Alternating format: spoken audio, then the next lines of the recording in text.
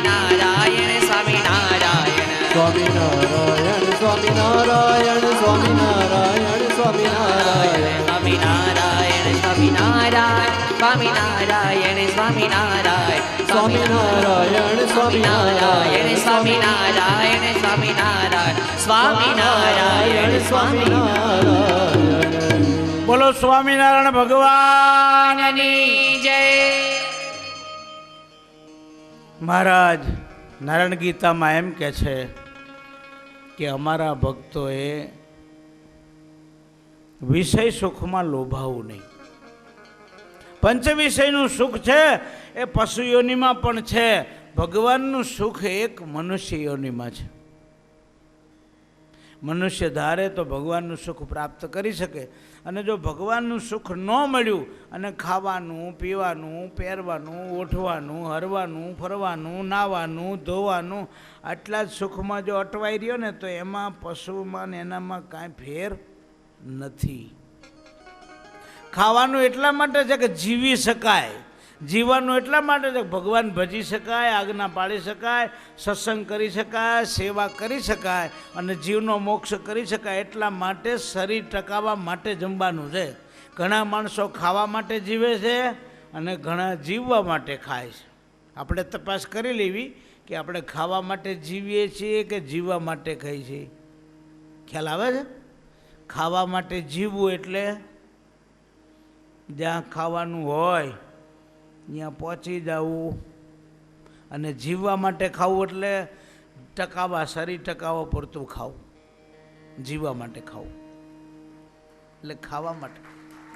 આવો આવો. એવા સંતો રે પધાર્યા અમારે એ આંગણે, એવા સંતો રે પધાર્યા મારે આંગણે. હે આજે મારે આનંદ ઉભરાય, આજે મારે હરખ નો માએવા સંતો રે પધાર્યા મારે આંગણે. વાલા ભક્તો, આપણા મોટા ભાગ્ય છે સંતો આપણા ઉત્સવમાં રાતે આવ્યા એટલે આપણા માટે આનંદની વાત કહેવાય હો. અને અમારે કૃષ્ણવલ્લભ સ્વામી પ્રવૃત્તિવાળા સંત પણ છતાં રાતે આવ્યા સારું કહેવાય. આ શાંતિ સ્વામી, આ સંતો બધા સવારે પાછી પૂજામાં વહેલા ઉઠવાનું હોય આ લોકોને, સંતોને. આ નયનભાઈ આવ્યા છે અમારે. નયનભાઈ એટલે કૃષ્ણવલ્લભ સ્વામીની ગાડીમાં જ્યારે કોઈ ન હોય ત્યારે હોય ને હોય. મંદિરની બાજુમાં રહેશે ને એટલે સગવડ હારી રહે, તરત સંતો કે એટલે હાજર. શાસ્ત્રમાં એવું લખાણું કે કથામાં આગળ બે એ મોટો કે પાછળ બે એ મોટો. તો સ્વામિનારાયણ ભગવાન એમ કે આગળ બે પાછળ બે એ કંઈ મહત્વનું નથી, પણ જ્યારે સંસાર છોડવાનો થાય ને ત્યારે છોડી દે મોટો. સમજાણું? એટલે તમે હાવ ન છોડી કહો કંઈ નહીં, 2-5 કલાક તો છોડી કહો ને, એટલું છોડી દે તો ઘણું છે. આપણી વાત ક્યાં હાલતી હતી? કોઈ કહેશે? નારાયણ ગીતા. વિષયનું સુખ તો બધી યોનિમાં છે અને ભગવાનનું સુખ એક મનુષ્ય યોનિમાં પ્રાપ્ત થાય એમ છે. અને સદગુરુ અક્ષરાનંદ સ્વામી વાતોમાં વાત લખી. સ્વામી કે એક વેપારી, મધનો વેપારી, મધ વેચવા માટે આવેલો, વાણિયાની હાટે આવેલો. વાણિયો કે સાચું મધ છે ને? હા હા શેઠ સાચું છે. સાચા ખોટાનું પારખું કર્યા વગર કેમ ખબર પડે? કે કરો પારખું. તો વાણિયાએ પારખું કરવા માટે મધ લીધું, એમાં ઓસરી ઉપર મધનું એક ટીપું પડ્યું. સમજો, ધ્યાન રાખજો. મધનું ટીપું પડ્યું એટલે મધના ટીપાને માખ વળગી. માખ, મધનું ટીપું છે ને વિષયનું સુખ છે, અને માખ વળગી. માખ એટલે માખે જ આ મધના ટીપામાં ખાવા માટે આગળ મોઢું પગ ભરાવ્યા ને તો પગ ચોંટી ગયા. એમ તમારા બધાના 2 પગ મધના ટીપામાં ચોંટી ગયા. મધ ચીકણું અને એમાં બે પગ એટલે અહમ અને મમત રૂપી બે પગ ફસાણા.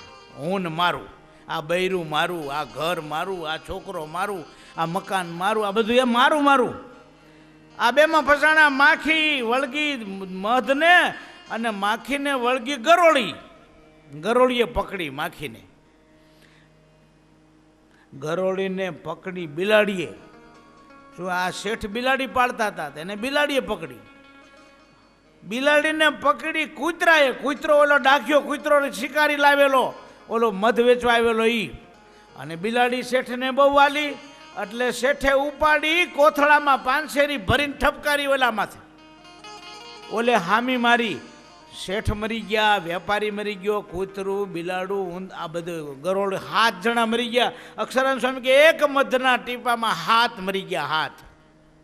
એમાં જગતનું સુખ છે ને એવું છે, એના માટે લોકો માથા કપાવે છે. ભગવાનના સુખ માટે લોકો રાજ છોડતા. સ્વયંભૂ મનુ આદિક મોટા મોટા રાજાઓ ને રાજ છોડીને જંગલમાં જતા, તપ કરતા અને ભગવાનને પ્રસન્ન કરીને ભગવાન મેળવતા, સાક્ષાત્કાર કરતા. અત્યારે આપણે જંગલમાં જવાની જરૂર નથી. મોટા મોટા મંદિરો કર્યા, શિખરબંધ મંદિરો, હરિમંદિરો, ભગવાનની મૂર્તિઓ પધરાવી. ભગવાને સ્વામિનારાયણ ભગવાને વચનામૃતમાં કર્યું, કીધું કે અમે ત્યાગનો માર્ગ મોળો પાડીને ઉપાસનાનો માર્ગ પ્રવર્તાવ્યો છે કે જેમાં ઉપાસના રહેશે તો ઝાઝા જીવનું કલ્યાણ થશે. મંદિરમાં જાઓ ને તમે ભગવાનને થાળ કરો ને તમારો ભગવાનના અર્થે વપરાય ને થાળ, તોય તમારો મોક્ષ થાય. વિચાર તો કરો. અમારા મોરબીના 2 હરિભક્તો કામકાજ અંગે રાજકોટ જાય, નજીકમાં ક્યારેક કામકાજે. એમાં એક જુવાનીઓ ને એક મોટી ઉંમરના ભાઈ, ધીરુભાઈ ઘીવાળા કરીને હરિભગત છે, અને એક હતો વિનુભાઈ કરીને એ કોટડિયા. તો એ 2 ભાઈ, એ 2 મિત્રો અને રાજકોટ કામ પ્રસંગે જાય, ખરીદી કરવા ગમે કામે. એટલે ઓલા ધીરુભાઈના અંગે એવું, એ મોટી ઉંમરના ઠરેલ વૃત્તિવાળા દાદા, એ જાય તારે રાજકોટ મંદિરમાં જાય, મંદિર જઈને માળા કરે, પ્રદક્ષિણા કરે, દંડવત કરે, 11 રૂપિયાનો થાળ કરે ને પછી એ પોતાનું કામકાજ કરવા જાય. અને ઓલા ભાઈ પહેલાં મારી સાહેબની ઓફિસ પછી બંધ થઈ જાય, હું ઓફિસે જાઉં, તમે જાઓ મંદિર. એટલે ઓલા મંદિર જે આવે, નિયમ કરી આવે, ખરીદી કરી આવે. પછી આ ભાઈ ઓફિસ અહીંયા આવે ને તો ઓલો આંટા મારતો હોય, સાહેબ આવ્યા નથી હજી. ક્યાંથી આવે? પહેલાં ભગવાનને મોર રાખ્યા હોત તો સાહેબ આવી જાત. માણસ ભગવાનને વધો ઘટો ટાઈમ આપે. શું તમે શું કરો?